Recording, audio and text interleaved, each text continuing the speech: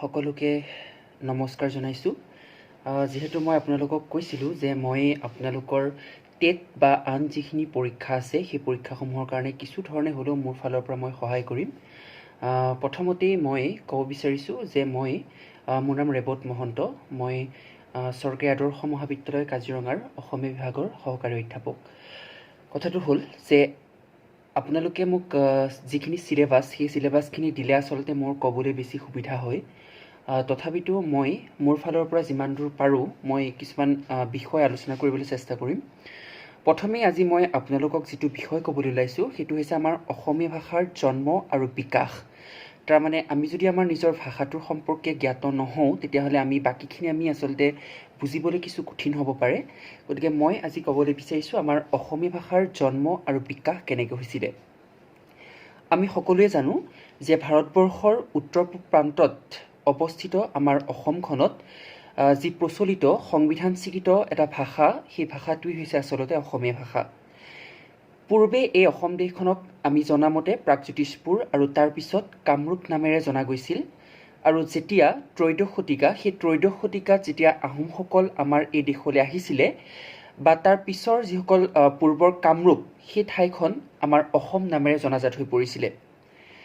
বিভিন্ন ক্ষুদ্ৰ ক্ষুদ্ৰ জনগোষ্ঠী সৰু সৰু ভাষা ভাষীৰ এই লোকসকলে আমাৰ অসমত বাস কৰা এই অসমীয়া ভাষাটোৱেই হৈছে আমাৰ অসমীয়া ভাষাটো সংবিধানৰ ৮ম অনুচ্ছেদত ই ৰাজকীয় ভাষা হিচাপে স্বীকৃতি প্ৰদান কৰিছে। আৰু এটা কথা আমি সকলোৱে জনা উচিত যে অসম নামৰ এই ঠাইখনৰ লগত ইয়া প্ৰত্যয় যোগ হৈ অসমীয়া ভাষা সৃষ্টি হৈছে। কথাটো হ'ল যে এই অসমীয়া ভাষাৰ যি উৎপত্তি সেই উৎপত্তি সম্পৰ্কে প্ৰধানত 3টা মত পোৱা যায়। সেই মতকেইটা বিশেষভাৱে জৰুৰী আৰু সকলোৰে বাবে প্ৰয়োজন, কিয়নো এইকেইটা পৰীক্ষাত সকলোবিলাক পৰীক্ষাতে আহে, নাইবা কেতিয়াবা এই মতকেইটা কোনজন ব্যক্তিয়ে কৈছিলে এনেকৈ কুৱেশ্যন আহে। শুনি ল'ব যে প্ৰথমে হৈছে অসমীয়া ভাষা মাগধী প্ৰাকৃতৰ পৰা ওলাইছে বুলি কৈছিলে, আৰু এই মতটো গিয়াৰচন্দ চাহাব, সুনীতি কুমাৰ চট্টোপাধ্যায়, ডক্টৰ বাণীকান্ত কাকতি আদি ব্যক্তিসকলে এই মতটোৰ বিশেষ ধৰণে পোষকতা কৰিছিল।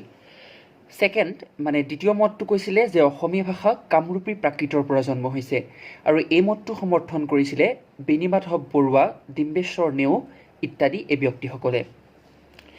তাৰোপৰি আন এটা মত আছিলে যে অসমীয়া ভাষাটো পাৰ্শ্ব আৰু পশ্চিমা প্ৰাকৃতৰ মিশ্ৰিত ৰূপত সৃষ্টি হৈছে, আৰু এই মতটো বিশেষভাৱে কালিৰাম মেধি ডাঙৰীয়াই পোষকতা কৰিছিলে। এতিয়া কথাটো হ'ল যে এই 3টা মতৰ ভিতৰত কোনটো বেছিকৈ সৰ্বজন গৃহীত মত বা কোনটো মত বিশেষজ্ঞসকলকে প্ৰমুখ্য কৰি আন ব্যক্তিসকলে স্বীকাৰ কৰিছে।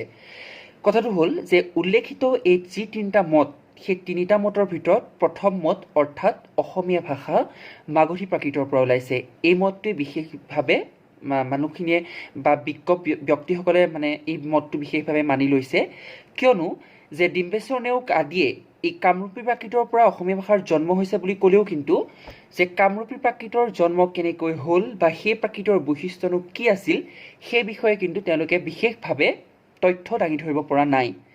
তাৰোপৰি যদি আমি চাওঁ, কালিৰাম মেধিয়ে আকৌ অসমীয়া ভাষাত থকা অৰ্ধমাগধী বৈশিষ্ট্য দুটামানৰ ওপৰত ভিত্তি কৰি আচলতে অসমীয়া ভাষাৰ মত আগবঢ়াইছিলে, কিন্তু এনে বৈশিষ্ট্যৰ যি সম্ভাৱ্য অন্য দিশবোৰ পৰ্যালোচনা নকৰাকৈ সীমিত সমলৰ ওপৰত আচলতে ভিত্তি কৰি আগবঢ়োৱা মত দিয়াৰ বাবেই হয়তো এই মতটো বিশেষভাৱে জনপ্ৰিয়তা লাভ কৰিব নোৱাৰিলে বা ব্যক্তিসকলে মানি ল'ব নোখোজিলে। কথাটো হ'ল যে কোনো এটা ভাষাৰ সম্পৰ্ক নিৰ্ণয়ৰ ক্ষেত্ৰত সেই ভাষাটোৰ যিবিলাক মৌলিক শব্দ সেই শব্দবোৰৰ উৎপত্তিমূলক ব্যাখ্যাই বিশেষ ধৰণে আমাক সহায় কৰে। অসমীয়া ভাষাৰ মৌলিক শব্দবোৰৰ জন্মৰ যি প্ৰক্ৰিয়া সেই প্ৰক্ৰিয়া মাগধী প্ৰাকৃতৰ জৰিয়তে আচলতে সুন্দৰভাৱে প্ৰকাশ কৰি দেখুৱাব পৰা যায়, কিয়নো একমাত্ৰ এই যুক্তিৰ আধাৰতেই অসমীয়া ভাষাৰ জন্ম মাগধী প্ৰাকৃতৰ শেষ স্তৰ মাগধী অপ্ৰভংশৰ পৰা হৈছে বুলি ক'ব পাৰি। এইখিনিতে মই এটা কথা ক'ব বিচাৰিছোঁ, মাগধী প্ৰাকৃতৰ শেষ স্তৰ যে আমাৰ যিখিনি প্ৰাকৃতৰ ব্যৱহাৰ সেই প্ৰাকৃতৰ ব্যৱহাৰৰ সময়ত আচলতে আমাৰ 5টা প্ৰাকৃত সৃষ্টি হৈছিলে। সেইকেইটা মহাৰষ্টি প্ৰাকৃত, সৌৰসেনী প্ৰাকৃত, মাগধী, অৰ্ধমাগধী আৰু আনটো আছিলে পৈশাচী প্ৰাকৃত। তাৰে যিটো মগধ অঞ্চল অৰ্থাৎ মাগধী প্ৰাকৃত হিচাপে সেই প্ৰাকৃতটো বিশেষভাৱে জনপ্ৰিয় হৈ পৰিছিলে। এতিয়া আমি যদি চাওঁ যে ভাৰতীয় আৰ্য ভাষাৰ 3টা স্তৰ আছিলে, প্ৰাচীন ভাৰতীয়, মধ্য ভাৰতীয় আৰু আনটো হৈছে নব্য ভাৰতীয় আৰ্য ভাষা। এই ভাৰতীয় আৰ্য ভাষাৰ যি দ্বিতীয় স্তৰ, এই দ্বিতীয় স্তৰটো হৈছে মধ্য ভাৰতীয় আৰ্য ভাষাৰ অন্তৰ্গত এই মাগধী প্ৰাকৃতি আছিলে পূব ভাৰতৰ আধুনিক ভাৰতীয় আৰ্য ভাষাসমূহৰ জনক বুলি ক'ব পৰা যায়। আৰু এই মাগধী প্ৰাকৃত ভাৰতৰ পূৰ্বাঞ্চলৰ প্ৰাকৃত আছিল আৰু এই প্ৰাচীন মাগধী ইয়াৰ উৎপত্তিস্থল আছিল বুলি ভাষাবিদসকলে বিভিন্ন ধৰণে মত পোষণ কৰিছে, যিটো মই আগতে কৈছোঁ।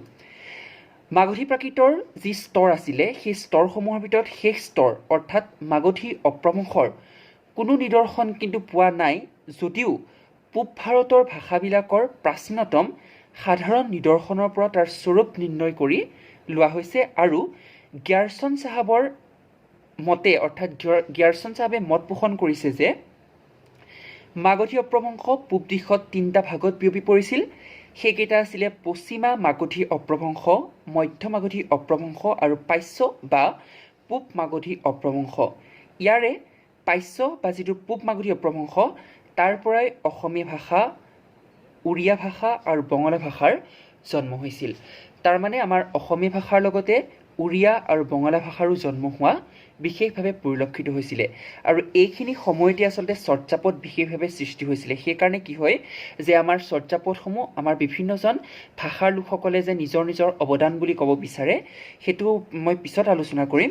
কিন্তু কথাটো হ'ল যে আমাৰ যিটো মাগধী প্ৰাকৃত, সেই মাগধী প্ৰাকৃতৰ যিটো 3 নম্বৰ স্তৰ অৰ্থাৎ পূব মাগধী, তাৰ পৰাই অসমীয়া ভাষাৰ জন্ম, তাৰ লগে লগে উৰিয়া আৰু বঙলা ভাষাৰো কিন্তু জন্ম হৈছিলে। এতিয়া কথাটো হ'ল যে আমাৰ অসমীয়া ভাষাৰ জন্ম সম্পৰ্কে মই তোমালোকক বা আপোনালোকক এই ভিডিঅ'টোত ক'লোঁ, কিন্তু মই যিটো নেক্সট ভিডিঅ' সেইটো আমাৰ অসমীয়া ভাষাৰ বিকাশ অৰ্থাৎ অসমীয়া ভাষাটো কেনেকৈ বিকাশ হৈছিলে সেইটো ক'বলৈ চেষ্টা কৰিম।